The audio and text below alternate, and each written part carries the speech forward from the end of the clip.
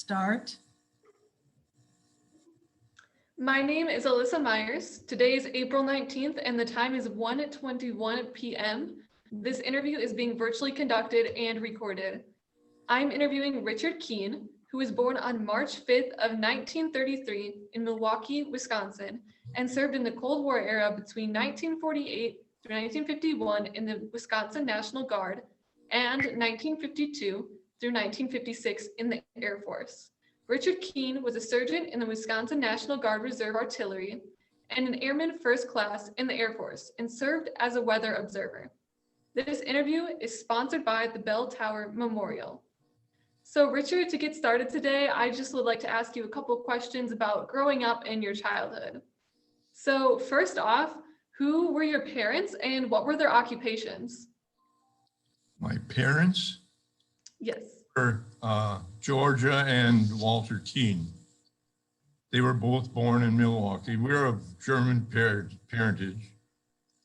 My great-grandparents came from Germany during the 1940 or 1848 revolution there. And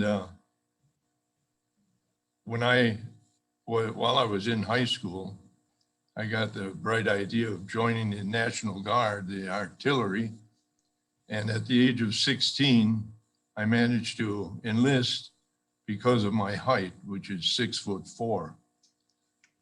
That certainly helped you then. The military. And that was quite eventful because each summer we would be at Camp McCoy, now Fort McCoy in Wisconsin, and we would fire our 155 millimeter howitzers at piles of automobiles out in a field. And I was a computer operator. They didn't have computers though, but I was a computer operator in the artillery, telling them where and how to fire their weapon. Then after my 3-year enlistment in the artillery, I wasn't quite old enough to join the Air Force. I was still 18, so I had to wait about 2 weeks, I think it was, for my birthday, and immediately I was shipped off to Lackland Air Force Base in Texas, where everybody in the Air Force got their start. And from then on, it's all military history. That's great. And growing up, did you have any siblings? If so, were they older or younger? And what was your relationship like? That was with them? my brother. I just had one brother, and he was a year and a half older than me. So right now he'll be turning 90 this year. Wow. And a number that he can't accept. It's a big birthday there. Right. Both of my parents passed away. My dad only lived to be 52. My mom lived to be 93. Oh, wow. Actually, that was chemically induced for the last 8 years or so. Health. But she had entered King Veterans Home up in King, Wisconsin. And I would go there. I would drive from Pewaukee to King Veterans Home in Wapaka. It would be a 2.5 hour drive there and 2.5 back. I did that twice a week for 7 years that she was working. And since my profession at the time was a singer, I would go up there and entertain the troops that were in really bad condition at King. And they appreciated it, so I was glad to do it. Yeah, that's a lot of time to take, but all for a good cause, so definitely worth it there. Right, right. So right before your enlistment in the military, like when you were 16, what were you doing at that time? Were you in high school or working or what?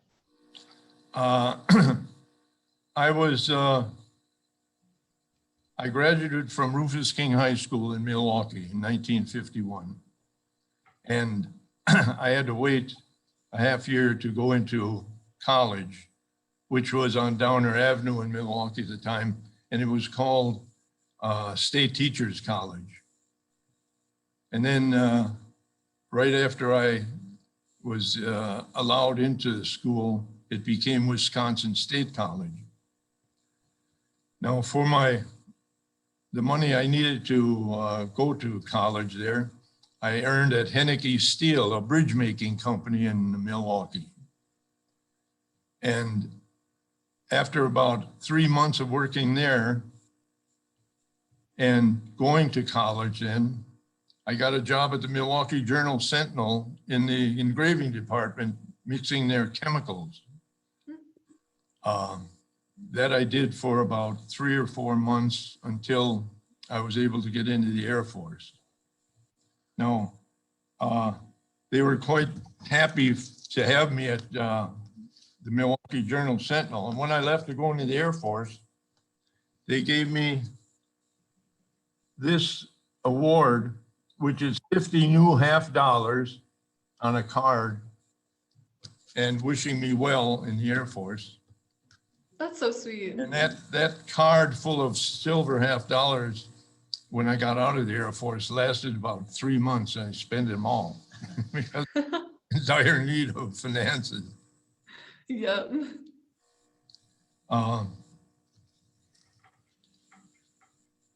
After I enlisted, I immediately went on the, it was it was a railroad that took from Milwaukee to Chicago and then to San Antonio, Texas. It took 2 days to go there. We were in Pullman cars, sleeping in the regular Pullman beds on it. And that took 3 days to get there. And once we were there, we were assigned our quarters and with a drill instructor who was our immediate boss, you might say. He started putting us into shape.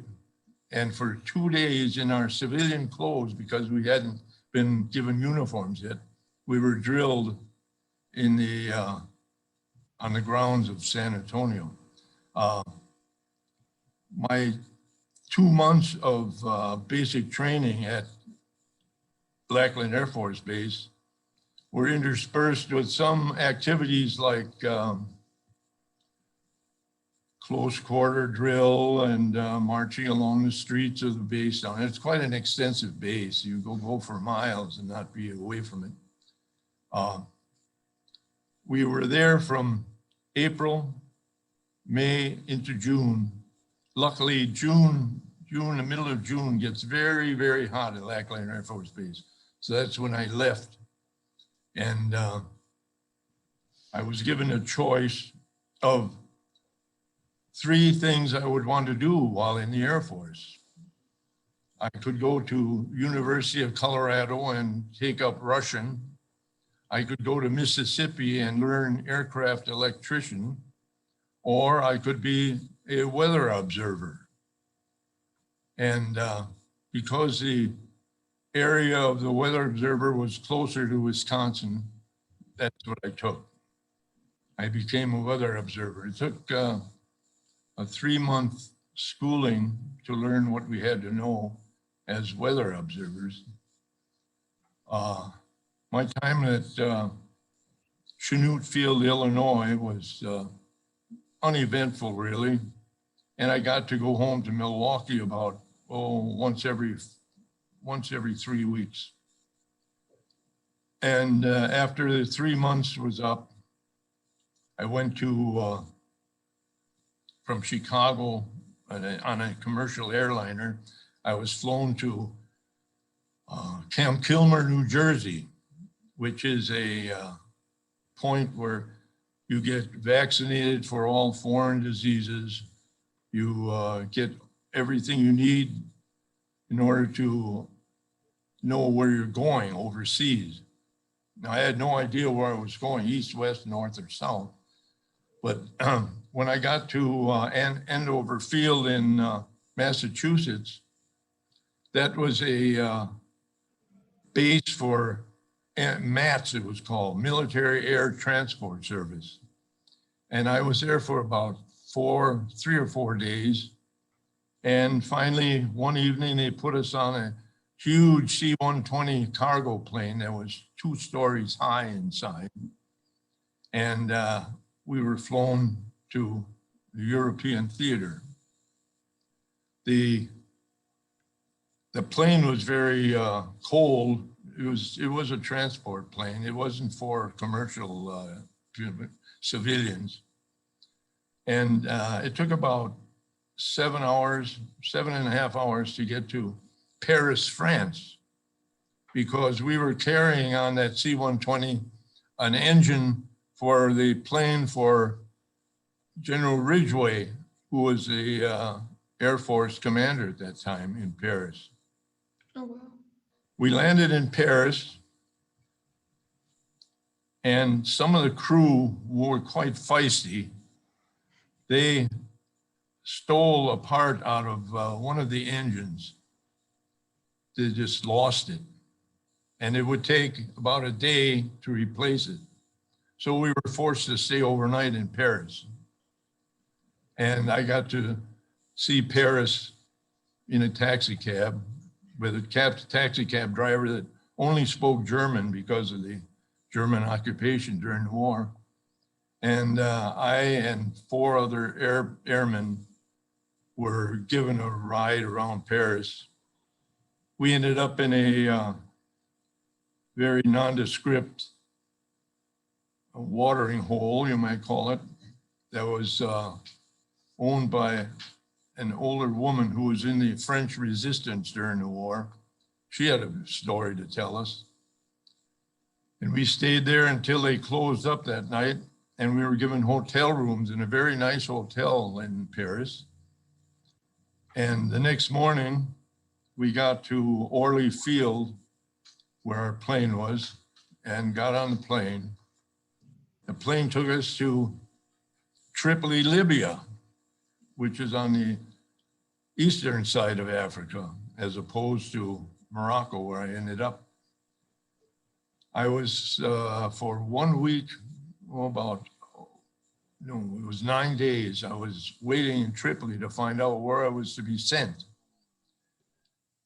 I ended up from Tripoli to Nouassour, a city in French Morocco, and they got us on small transport C-47, and we were taken out onto the desert area for the new assignment, which was Sidi Slimane Air Base. That was all built from scratch as a help to the French, because the French were still in control of French Morocco. And it was there that I spent 13 months, because that's all the health experts could give you for good health in French Morocco, because of all the various native diseases you might catch. Well, being a weather observer, you were taught many things in the schooling at Chanute Field, Illinois. And one of them was encoding and decoding weather information that came over the teletype from Weather Central. Now, our duty in French Morocco was to watch the weather on the whole Mediterranean area. Now, the base itself was put there to prevent any missiles. By that time, they had missiles, bombers from Russia or missiles that were headed towards either the Western countries that were all associated, or all the way to America by that time. So I felt my time worthwhile that I was in French Morocco. Be a weather observer, you're the right-hand man of the forecaster. Now, if you are a military pilot, you would never take off in your aircraft without first seeing how the weather was, where you were going, and the weather on the way. So it was very important to have all the most recent weather plotted on a weather map that the forecaster could, he would enlighten you as to what you would expect to have when you were flying any direction. Every 3 hours, we would make a close weather report for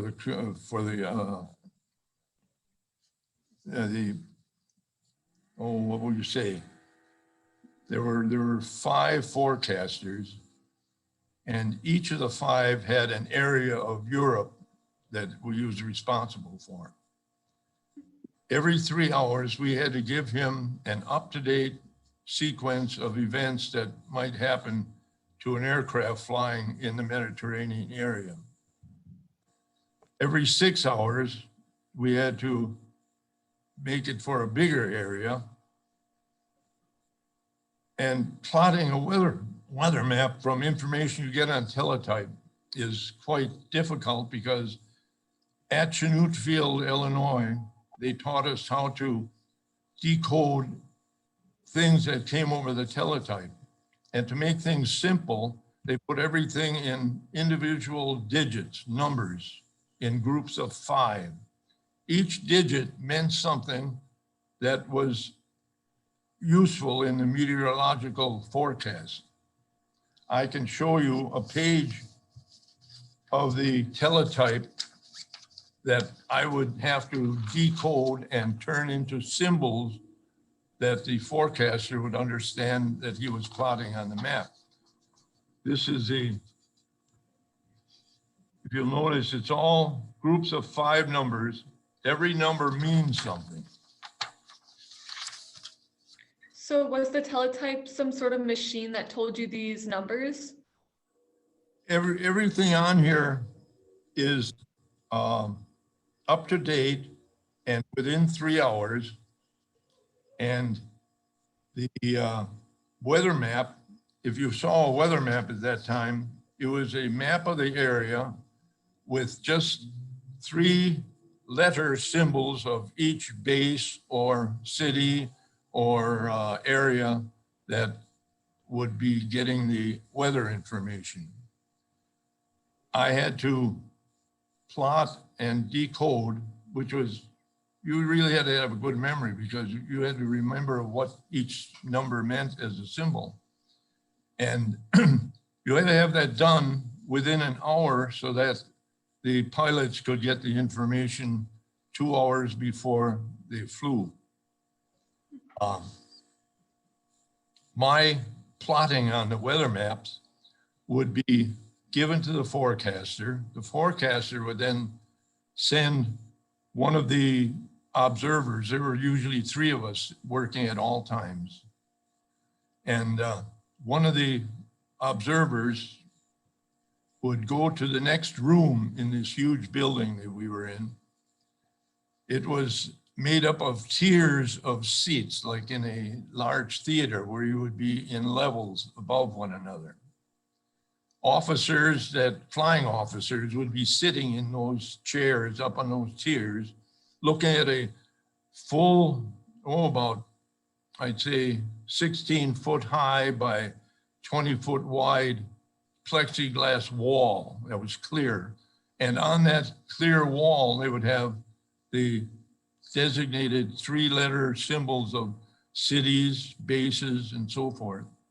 And we would have to, as observers, it was our job with a wax pencil to write at each symbol what the weather was, what the pressure was, what the winds were, everything. And we had to learn to write backwards. We had to put everything on backwards on the map because the people that needed the information were sitting opposite us. We were like a mirror. And that would be an hour's work each 3 hours. Mm-hmm. And hopefully, and I know for a fact that none of our forecasts ever affected a aircraft with bad results. They were always sure of things over there. Now, do you have any questions of what I've told you so far?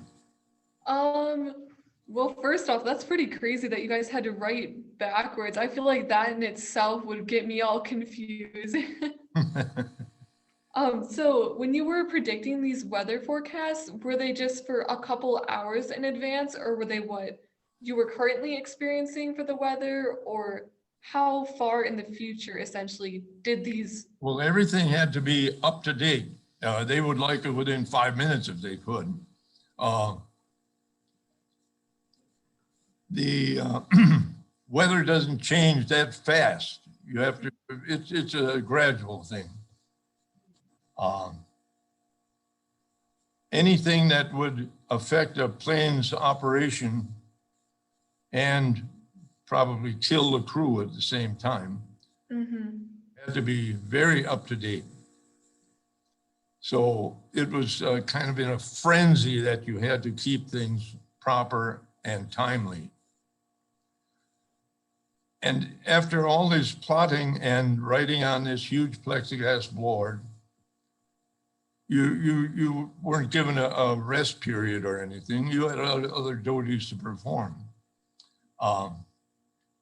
In City Slimane Air Base, I was part of the 29-7 weather detachment.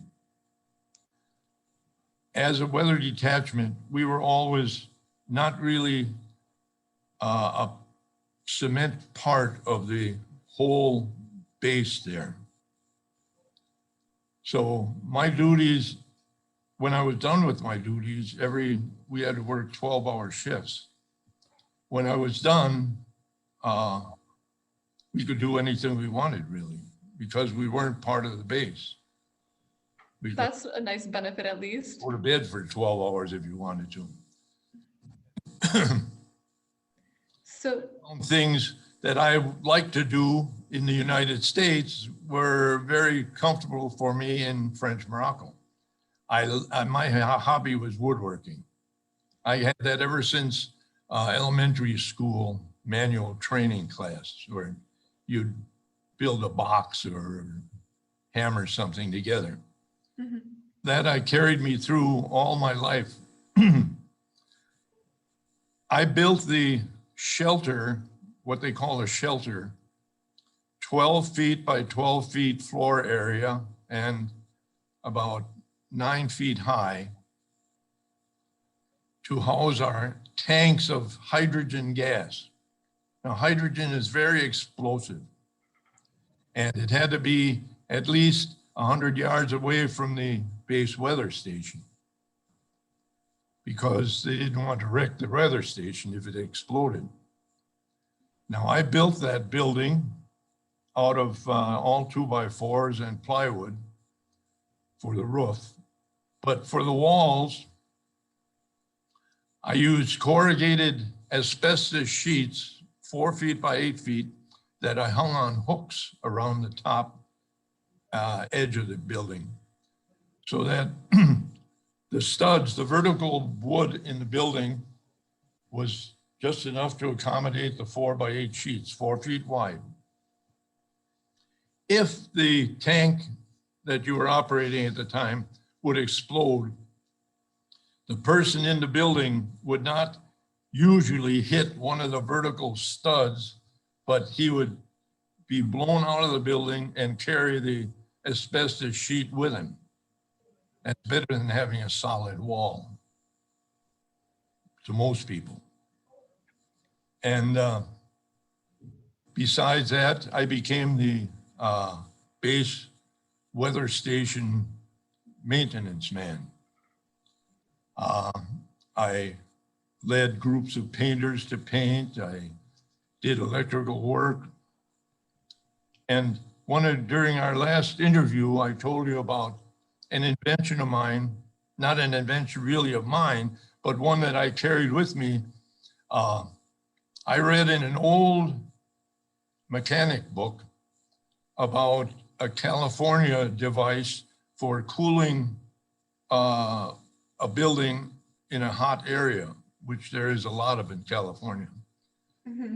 It's a front and a back in the shape of a box with a layer of some kind of stuffing in between, and a tube of water going across the top of it. The tube was pierced with holes. Now, when you run water through that tube and it would drip down through the filling between the front and back, a fan behind that would blow air through the soft filling and evaporate. If you know from your high school physics, the evaporation cools, that it would be almost like an air conditioner, because the air was so dry. It was never above 20% humidity in cities of Maine, except winter time when it would flood with rain.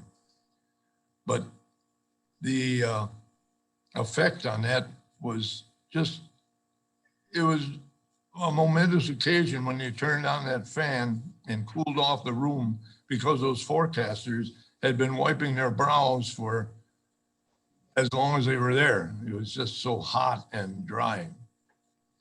That was one of the things I did.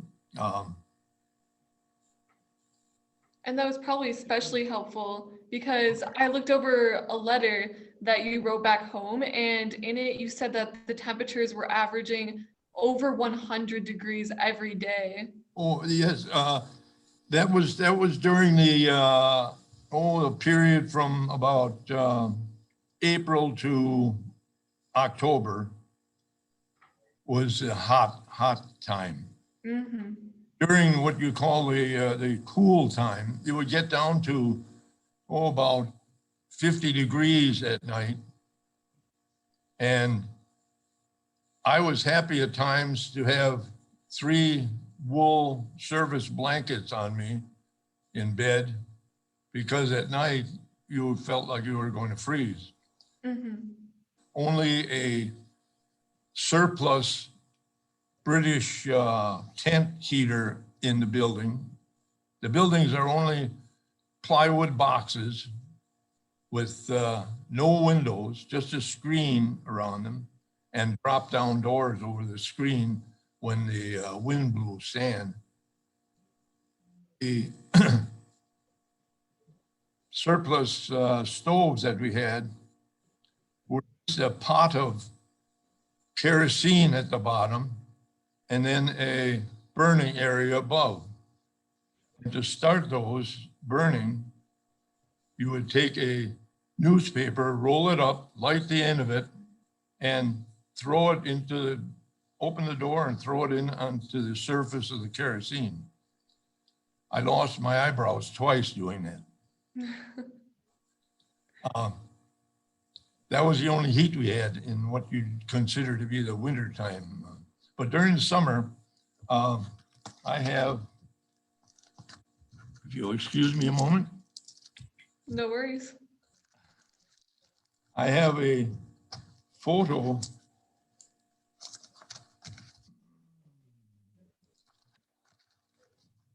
somewhere here.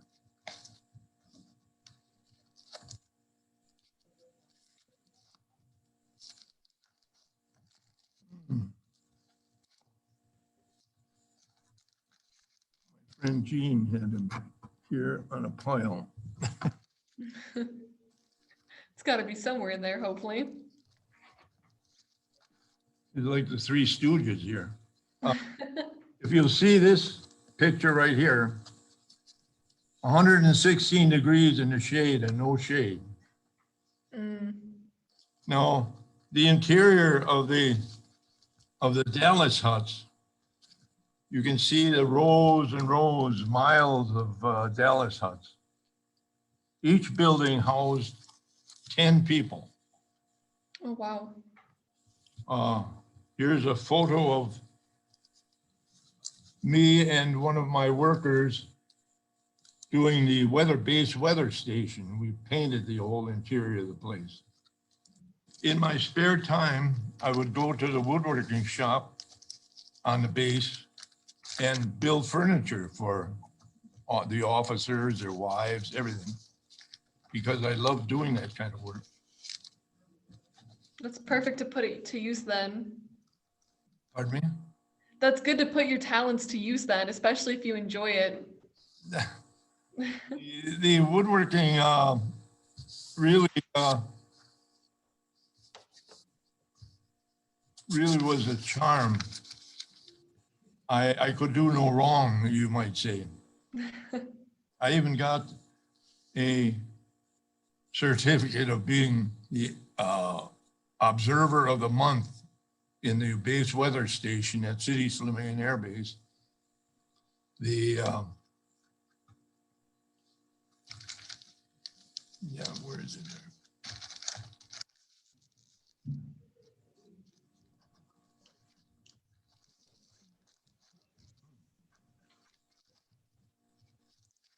Oh, here. This is the award given me. It's kind of comical in a way. The as a matter of fact, I haven't looked at this for 50 some years and noticed that they had my serial number wrong Oh, did they? on the very important part. Oh, man. I was known for my height, for one thing, because I'm 6'4". And they said that on the award, this special person would cause a sunburn to the people looking up at him because he's so tall. I really, my height was an advantage wherever I went, except that my head would hit doorways a lot. Yeah, that's not a great advantage then. So going back to your training days, what would you say was the hardest aspect of military life to adjust to? The hardest aspect? Mm-hmm. Well, for me, it wasn't that bad, really. I wouldn't say it hard. For one thing, I never had to perform duties of people that were stationed there regularly. I was always detached. So after while I was in City Slimane, as I said, I had plenty of free time to do whatever I wanted. There would be flights going to Germany to test the pilots, just to test their accuracy in flying the plane. I went on one of those trips. Now, it's quite remarkable how a pilot would survive being tested as they tested them, because he would always be with a testing pilot alongside him in front of the plane, looking out forward. Well, on a testing flight, they would give the pilot a screen over his face. So all he could see were the instrument panel in front of him. Now, the testing pilot, if he was mischievous enough, ever so often he would turn one of the engines off. And suddenly the pilot, not being able to see that was happening, would have to recover. He'd have to get the plane back to where it was supposed to be. And was this with real planes? Or...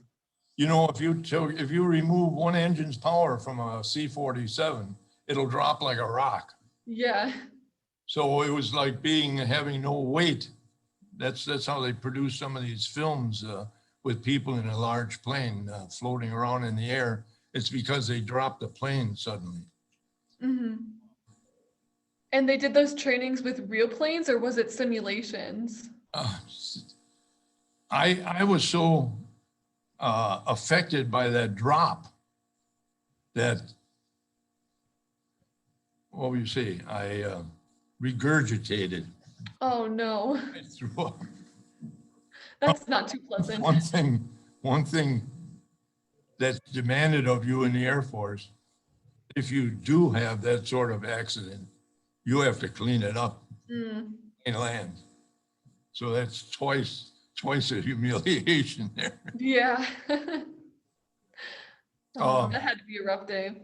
During my time off in Africa, I would take a bus to Port Lyoté, which was a French naval base on the Mediterranean. But that was on the Atlantic. And come home with a lot of good French bread and Port Salut cheeses and everything that delighted everybody in my barracks when I came back. Really, a lot of events that I had happen to me, I could never expect to have happened in my life without my having been in the Air Force.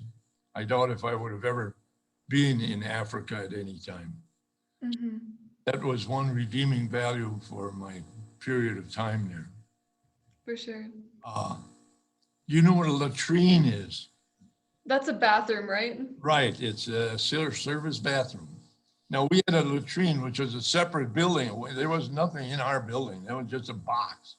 Oh, no. The latrine was about a block away. And you would always wear, this is very, very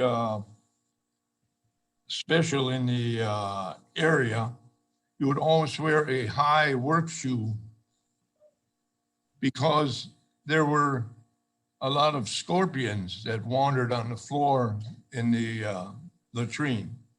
And to feel them, I don't know if you know what a scorpion is, but it has a curved tail on it that inflicts a poisonous substance into you if it gets to you. Yeah. Or the high shoes. They didn't get above the ankle of the shoe.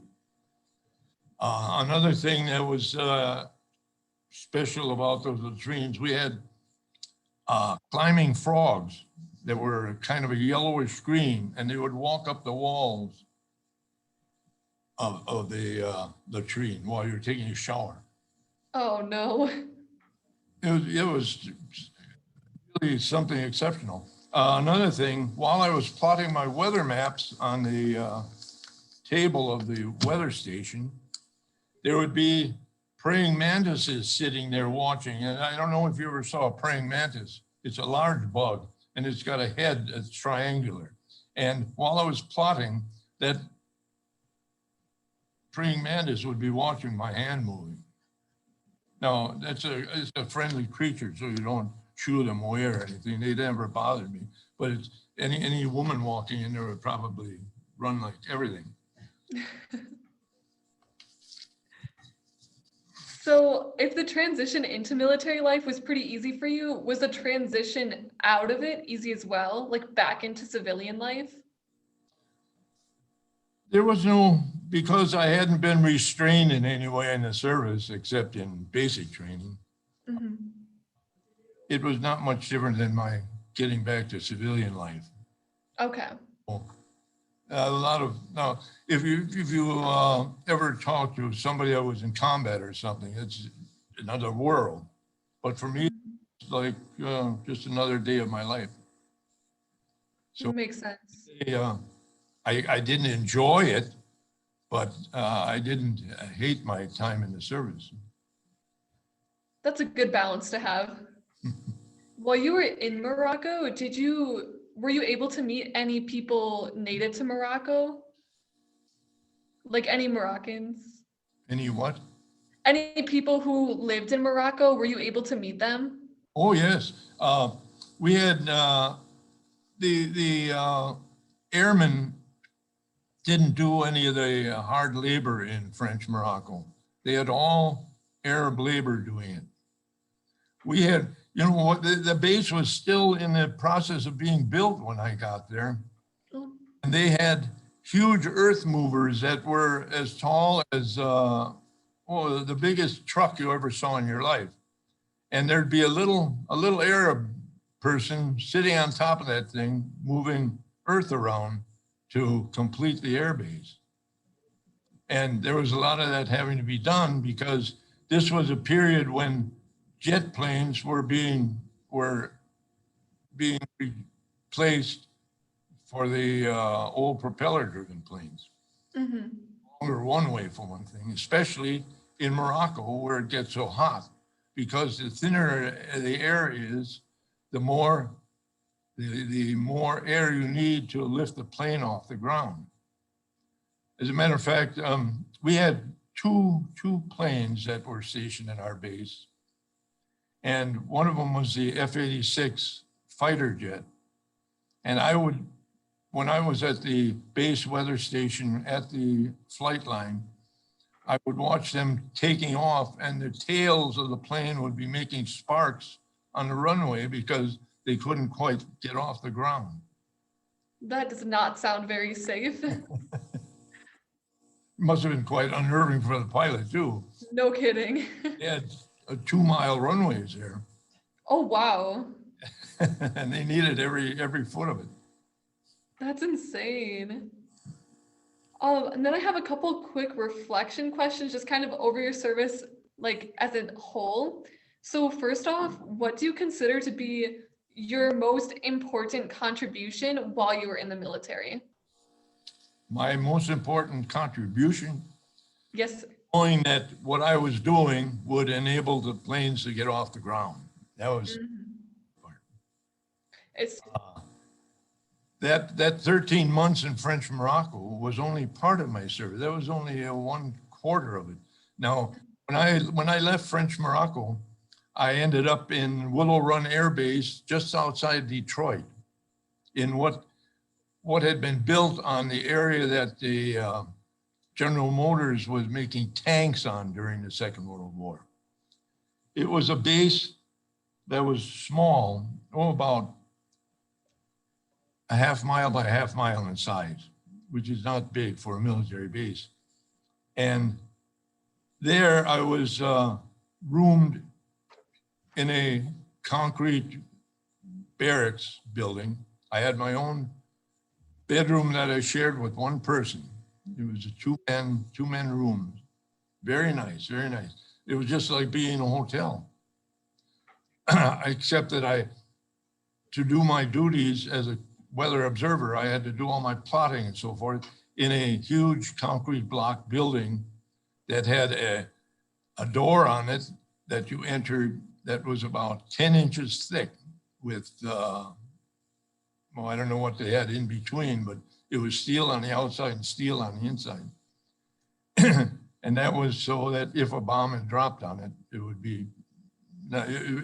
be hard to destroy the place. mm-hmm. Same work there that I did in French Morocco. And there we were always watching for missiles from the Russian area, from the cold area. As I said, I had like a hotel room. So it was just like being in civilian life for me. I can't say I enjoyed it, but I never hated it. That's great. And with that, how has your military service and experience impacted the way you feel about the military in general? Well, I did learn discipline for one thing. Mm-hmm. And I learned to appreciate what others have to go through in military life. And I thank my God for getting me through it without having happened what happens to all veterans nowadays. So I can only appreciate it. It's always something that's kind of golden in my life. I'm proud of it. That's a great mindset to have. I'm glad you feel that way too. And what were some of the main lessons that your life in the military taught you? How to appreciate what you have, how to live through certain situations that might disturb you otherwise. It gives you a strength, actually.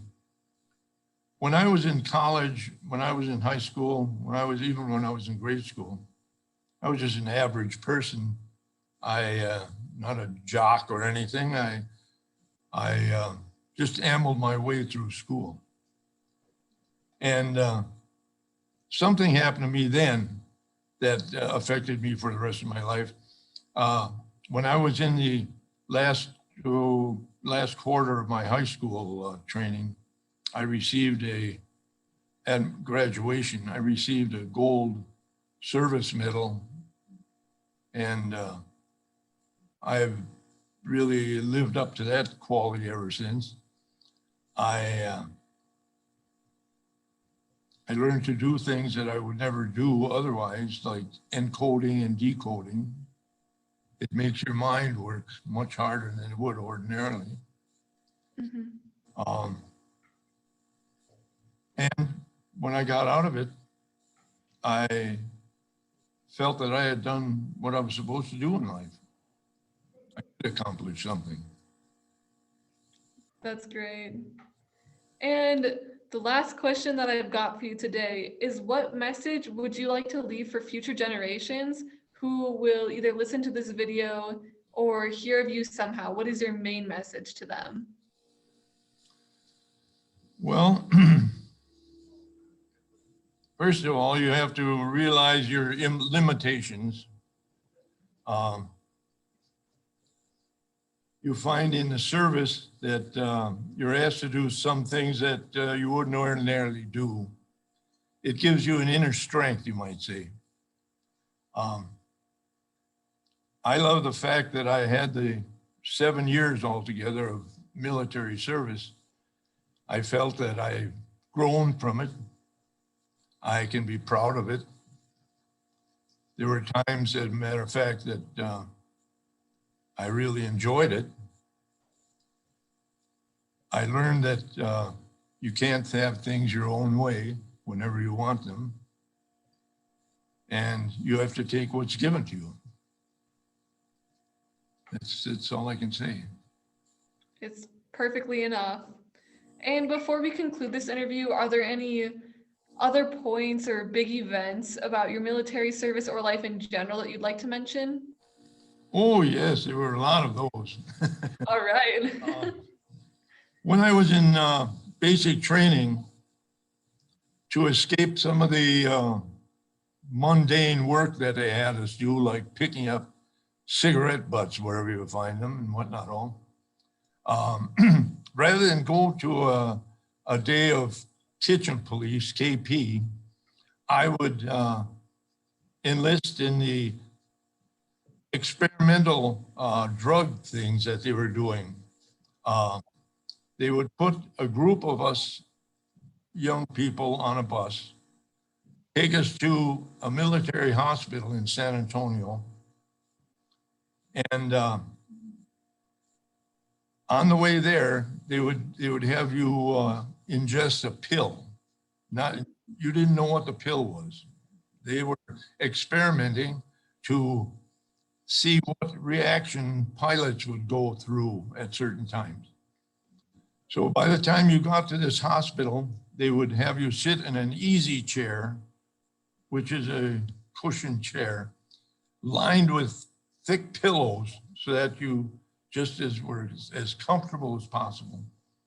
And then they would turn off the lights and show a movie of all violent events, people dying, planes crashing, trains crashing, cars blowing up, everything that would make you edgy. After the movie, which lasted about 10 minutes, they would turn out the lights again and leave you relaxed. Then all of a sudden there'd be a siren that sounded, jerking you awake. And you had, at the time, 4 wires attached to your arms to show what your reaction was to the sound. And that would give them some advice on how to handle a pilot in certain events and what the pill would do for him should he be in such an event. In everything that you've heard today is experiences. And I can say to anybody who would think of joining the service, you might not have the,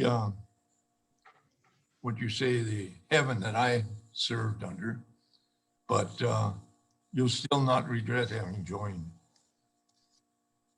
All right. Well, thank you for everything you've said today. I can tell that the military has given you lots more opportunities and you've been able to see a lot through the military. So in closing, this has been an interview of Richard Kuenn regarding his service during the Cold War era. My name is Alyssa Myers, and the time is 2:11 p.m. And thank you, Richard, for agreeing to this interview. I've learned so much and thoroughly enjoyed my time with you. And most importantly, thank you for your service. My pleasure, dear.